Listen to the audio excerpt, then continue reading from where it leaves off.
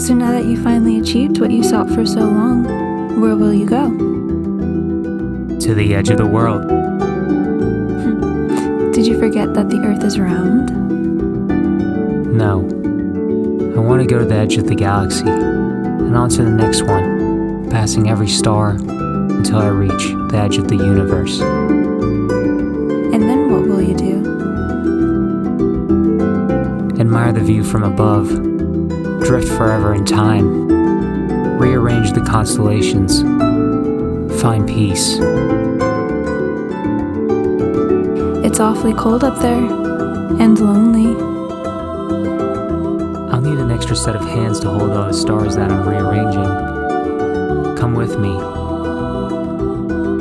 And what if I don't want to hold them? What if I want to rearrange them? I thought you'd say that, but I know you'll feel different when I tell you that I'm rearranging them for you.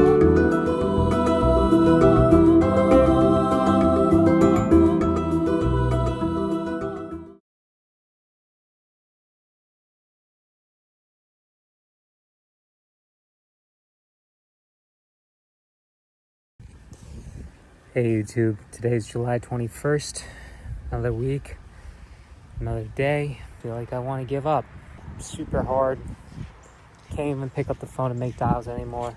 Every day I think how much I wish I was doing the video business, how I could go from place to place, work for a business that's my own. Did another real estate job this past week.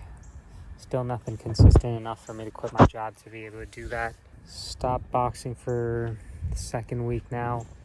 Doesn't feel good. Working out that much was amazing. Love the feeling. You know, one thing that is good is I think about how far I've come. I legitimately have a real job now. It was necessary to get to this point. Regardless of if I'm successful or not in it, I got here. And I remember it seemed like such an impossible feat before. And not only did I just get any real job, I got a job at a company that, you know, a lot of people do admire that background in. So I'm just trying to survive right now in it. Hey YouTube, this is July 21st, 10 p.m. Earlier today, I was speaking about how depressing that my day was. Finally got struck with an idea right now, and I'm very excited to go with it. So as you know, I've talked about starting my own LLC, or if I haven't, I have been putting in the thought process of what I would do with that LLC and how it would benefit me, or starting a business entity. And the first thing I was thinking, the thought grew around the video business. So that could be one aspect of it. But what really got me inspired today is I looked up on Turo. Now, most of you all know that recently my first Turo rent ever was a Corvette. And the story behind renting that Corvette is it started when I took a trip to go visit my family in Las Vegas in January 2020. And I thought that would be a perfect chance to go on Turo to look for a nice car like a Mustang or something to ride around, but I never did. My family convinced me out of it. They said it was a waste of money, and okay, got a little discouraged, didn't. But I'm glad I didn't, because I kept on searching on Turo, and I found an Alfa Romeo, and I was like, what's an Alfa Romeo? I've heard of it before, but don't really know much about it. And so I went on the Alfa Romeo website, looked at the Giulia, and up came a dialog box. The dialog box asked me if I wanted to test drive a Alfa Romeo Giulia 2020.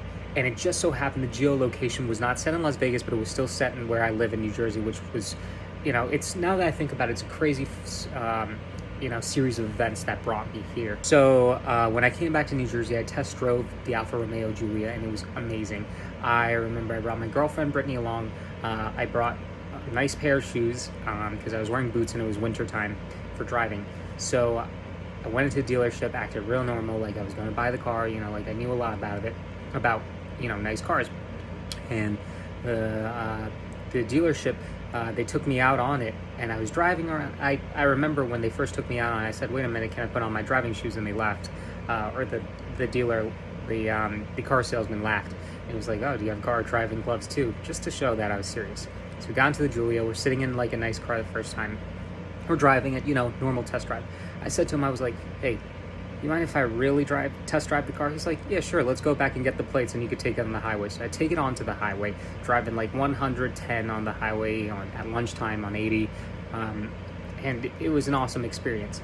So after that, I still hadn't rented a car yet, but come May June when it was Father's Day, I decided to rent a Corvette, and for my dad and also for myself. And I met the person who rented me the Corvette. Was really cool. I made friends with him, and he told me a little bit more about his renting business. And I learned that he was making $7,000 a month off of renting his Corvette. And I thought to myself, like, okay, I'm far away from a Corvette. But today, when I was thinking about it, it struck me. It said, all right, you don't always have to aim for a Corvette. So I looked up on the internet. I googled most common car rented on Turo, or highest return on investment. They said it was Jeep Wrangler. So I thought to myself, that's completely doable. I can buy a Jeep Wrangler 2015 and older, just a souped up one, something that's special. I learned that the way to really make yourself pop on Turo is to add a little accent on the car, make it marketable. And I thought to myself that this is the first tangible asset I can do. This is a business idea, an actual business that can make money. So I'm pretty excited. I'm going to do some research on it now. This is second week of me cutting out boxing from my regimen. I feel like shit physically, but I'm getting more time. It's a sacrifice that I have to make. So here I am. I'm going to keep you guys updated. Thank you, YouTube. Talk to you later.